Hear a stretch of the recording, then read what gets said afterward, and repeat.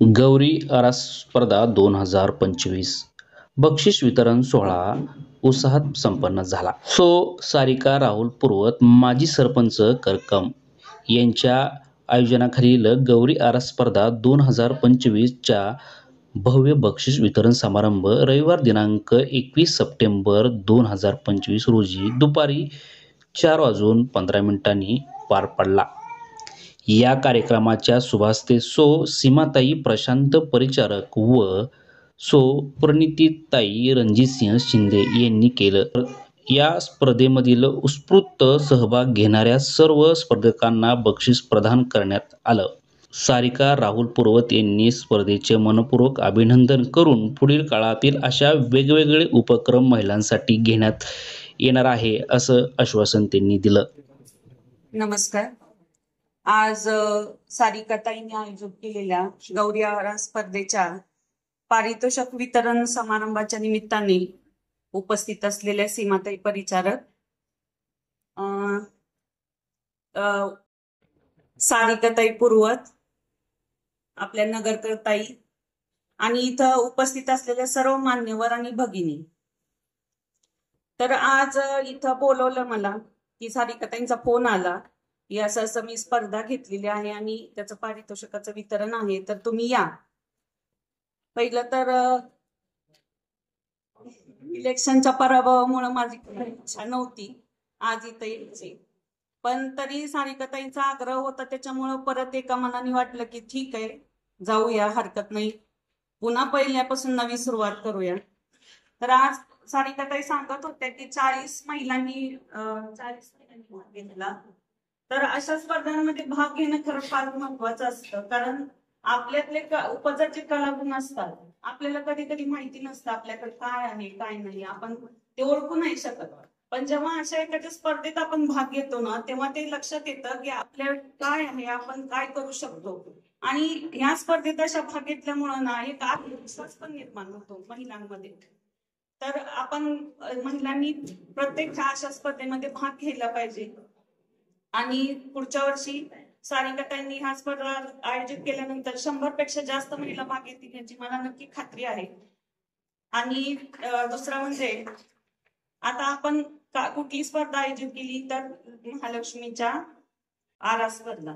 महालक्ष्मी ही एक स्त्री आहे, आपण त्याची पूजा करतो. खरं तर फार जिव्हाळ्याचा विषय असतो लक्ष्मी म्हणजे बायकांचा, इतकं म्हणजे मन लावून त्या कुठल्याही सणाचं करणार नाही. पण मी एक स्त्री आहे, माझ्याही तेच भावना आहेत, त्याच्यामुळे मलाही वाटतं की लक्ष्मीच्या सणा इतकं महत्व स्त्री कुठल्या सणाला देत असेल, तर तशाच पद्धतीनं आपण एका स्त्रीची आराधना करतोय. तसंच आता येणारा जो नवरात्रोत्सव आहे त्यातही आपण एका स्त्रीचीच आराधना करत असतो. पण जेव्हा आपण जेव्हा सासू होतो किंवा काय आपण जाऊ असतो थोरली किंवा काय, तेव्हा काय करतो आपण की एकमेकींचा द्वेष करतो. फारशा बायकांचा एकमेकींबरोबर जमत नाही. आता हल्ली खूप अपवाद आहेत याला, पण मोस्टली तर तसंच परिस्थिती असते घरोघरी. तर आपण आपल्या एकमेकींना, घरातल्या मुलींना जसं आपण समजून घेतो तसंच सुनांना जावांना समजून घेऊन आपले सगळ्या घरगुती संबंध व्यवस्थित जपावे.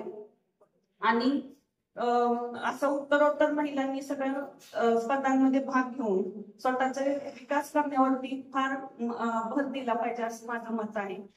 तुम्हा सर्व विजेत्यांचं मी मनापासून अभिनंदन करते.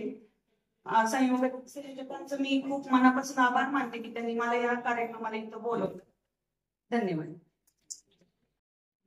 आमच्या या कार्यक्रमाच्या आयोजिका सारिका राहुल पुरवत, व्यासपीठावरील आजच्या प्रमुख पाहुण्या प्रणितीताई आणि व्यासपीठावरील सर्व मान्यवर महिला आणि व्यासपीठासमोरील सर्व मान्यवर भगिनी माझ्या.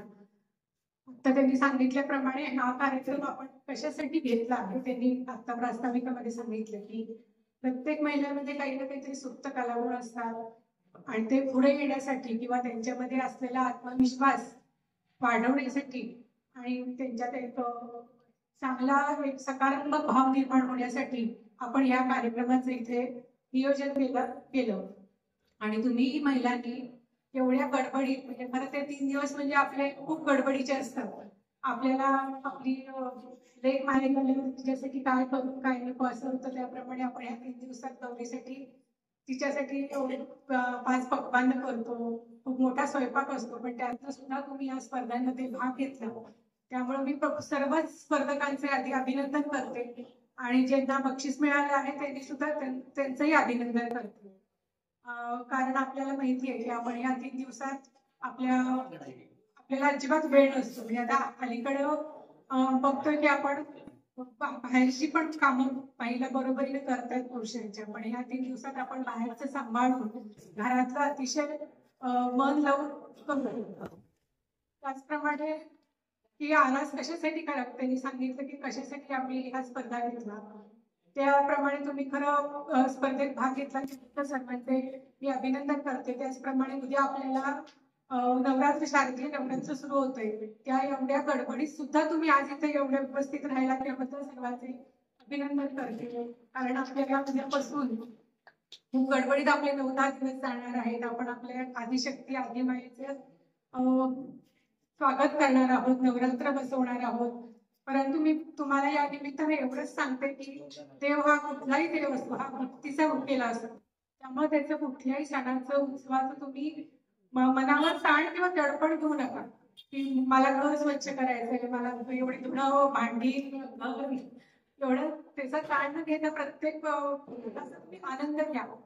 सण हे आनंदासाठी असतात, आपल्या स्वतःच्या आणि आपल्या कुटुंबाच्या आनंदासाठी असतात. त्यामुळे त्याचा ताण न घेता तुम्ही तुमच्या कुटुंबासाठी आदिशक्ती मायेकडे मागणं मागा आणि सुख, समृद्धी, यश, समाधान, आरोग्य सर्व ही आदिशक्ती तुम्हाला देव अशी आम्ही निमित्ताने प्रार्थना करते. आणि या कार्यक्रमाला मला या सारिका पूर्वक यांनी बोलवलं त्याबद्दल मी त्यांचे आभार मानते आणि माझे 2 शब्द संपवले.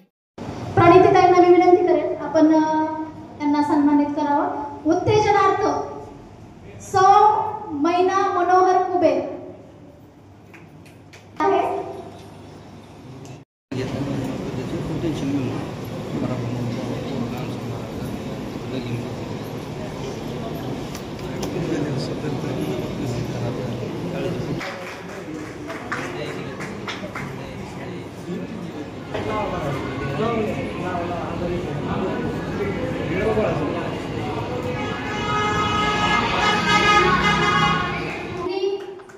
खूप छान देखावा सांगितलेला आहे. पारंपरिक खेळाचा देखावा केलेला त्याच्यातून बाहेर पडण्यासाठी हे पारंपरिक खेळ आपणही खेळले पाहिजेत आणि आपल्या मुलांनाही शिकवले पाहिजे. त्याचा सुंदर असा देखावा ह्या ताईंनी सादर केला.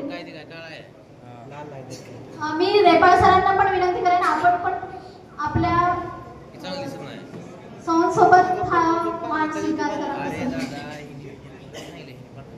यांचं पण सहकार्य असणारच आहे ना ताईंना. दोन्ही चाकं सोबत असल्याशिवाय कुठलंही कार्य घडत नाही.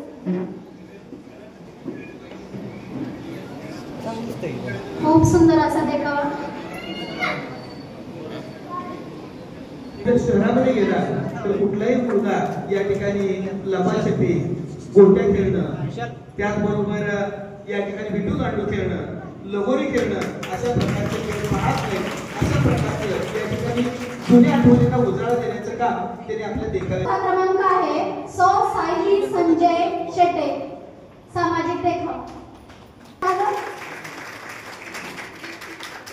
या ठिकाणी आम्ही परीक्षण करायला गेलो असता संजय शेटांना विनंती आहे आपण ही सोबत आपला पुरस्कार या ठिकाणी स्वीकारायचा आहे.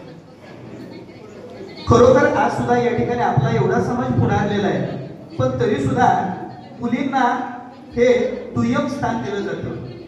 त्यांच्या देखाव्यामधून या ठिकाणी अगदी नवीन मुलीचं लग्न झाल्यापासून एखाद्या मुलीला कशा पद्धतीने या ठिकाणी आत्महत्या करायला कसे त्या कुटुंबातले लोक प्रवृत्त करतात. काल परवा आपण मागच्या 2 महिन्यामध्ये पुण्यामधल्या एका उच्चभ्रू कुटुंबामधली घटना या ठिकाणी आपण पाहिलेली आहे आणि याचा ज्वलंत देखावा या ठिकाणी शेटे परिवाराने आपल्या लक्ष्मी आरास सजावट स्पर्धेमध्ये केलेला होता आणि तो देखावा या ठिकाणी परीक्षकांना आवडला आणि म्हणून खऱ्या अर्थानं त्यांनी या देखाव्याची निवड या ठिकाणी या स्पर्धेच्या नंबरमध्ये केलेली आहे असं मी या ठिकाणी सांगू इच्छितो. जी वैष्णवी हगवणे तिची जी केस आहे ती आपल्या डोळ्यासमोरच आहे, देखाव्यातून दाखवली आहे. त्याच्यातून त्यांनी खरं तर हुंडाबळी सारख्या प्रथेला विरोध करणारा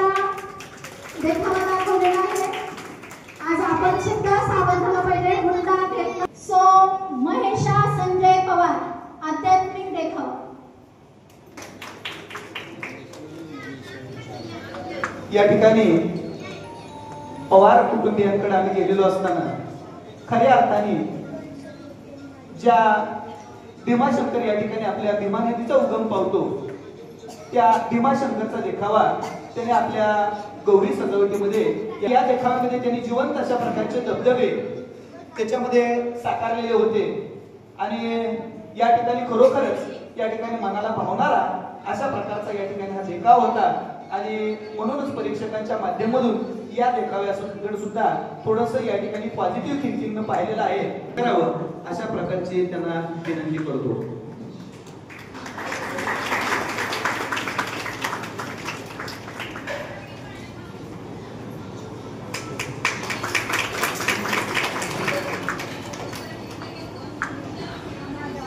परमेश्वर शिंदे धार्मिक देखावा. सौ रोहिणी परमेश्वर खारे या ठिकाणी सौ रोहिणीताईंचा देखावा यांनी आपल्या देखाव्यामध्ये यदा यदा ही धर्मस्य ग्लानिर्भवति भारत अभ्युत्थानम अधर्मस्य तदात्मानं सृजाम्यहं परित्राणाय साधूनां विनाशाय च दुष्कृतां धर्म संस्थापनार्थाय संभवामि युगे युगे. श्रीकृष्ण जन्माचा या ठिकाणी खऱ्या अर्थाने देखावा. श्रीकृष्ण भगवंताला सुद्धा जन्म घेताना सहजासहजी या ठिकाणी कुठलाही अवतार कार्य घेता येत नाही. भगवंताचा जन्म झाला त्या दिवशी यमुना नदी दुतडी भरून वाहत होते आणि या नदीमधून या ठिकाणी श्रीकृष्णाला द्वारकेमधून मथुरेतून द्वारकेमध्ये कशा पद्धतीनं पोहोच केलं आणि तिथं गेल्यानंतर या ठिकाणी पुन्हा कंसाचा वध श्रीकृष्णाने कसा केला आणि या ठिकाणी पांडवांना कसं सहाय्य केलं याचं एक उत्कृष्ट देखावा त्यांनी केलं जातं आणि तोही कार्यक्रम अगदी एक नाही तर 2 दिवस. तर सारिकाताई पूर्वक यांच्या संकल्पनेतून गौराई आरास स्पर्धा 2025 प्रथम क्रमांक जात आहे. ज्या सतत नाविन्यपूर्ण आरास मी माझ्या लग्नापासून बघते सतत काहीतरी वेगळं पण असतं. अशा संध्या विजय भागवत यांना जात आहे ऐतिहासिक देखावा. या ठिकाणी सारिकाताई राहुल काका पूर्वक गौरी आरास स्पर्धा 2025 प्रथम क्रमांक 11,000 रुपयाचं पारितोषिक मी या साहेबांना ठिकाणी विनंती करेन आपण पण मंचावर यावं. सारिका काकींच्या माध्यमातून या ठिकाणी दिलं जाते. आता हा जरी देखावा स्पष्ट आपल्याला दिसत नसला ज्यावेळेस आम्ही हा देखावा पाहायला गेलो त्यावेळेस या देखाव्यामध्ये शिवजन्माच्या पूर्वीची कथा शिवाजी महाराजांचा जन्म ज्या शिवनेरी किल्ल्यामध्ये झाला त्या शिवनेरी किल्ल्याचा प्रत्यक्ष हुबेहूब अशा प्रकारचा देखावा. ज्या ठिकाणी शिवाजी राजांचं ज्या पाळण्यामध्ये नाव ठेवलं तो पाळणा सुद्धा नाव ठेवताना हालत होता. अशा प्रकारचा उत्कृष्ट देखावा त्यांनी सादर केला होता. त्याचबरोबर राजांनी या ठिकाणी स्वराज्याचं तोरण बांधलं. त्यानंतर मुघल सैन्यानं त्याला कशा प्रकारे त्रास दिला परंतु राजांनी त्याला जराही न जुमानता या ठिकाणी शाहिस्ते खानाची बोटं चटली आणि अफजल खानासारख्या बलाढ्य शत्रूंचा या ठिकाणी प्रतापगडावर वध केला. अशा प्रकारचा सुंदर अशा प्रकारचा हलता देखावा आणि त्यांनी केलेली ती साऊंड सिस्टम जणू काही इतिहासामध्येच आपल्याला घेऊन जात होती. अशा प्रकारचं या ठिकाणी तो देखावा सादर केलेला होता. पूर्वक यांच्या माध्यमातून प्रथम क्रमांकाचं पारितोषिक देऊन त्या पती पत्नीला या ठिकाणी गौरवण्याचं काम केलं. राहुल काकांच्या माध्यमातून मोफत डबे या ठिकाणी देण्याचं काम सुद्धा या राहुल काका पूर्वक यांच्या माध्यमातून होतंय. त्यांच्या या कार्याला सुद्धा अशाच प्रकारे या ठिकाणी सतत वरचेवर उन्नती होत.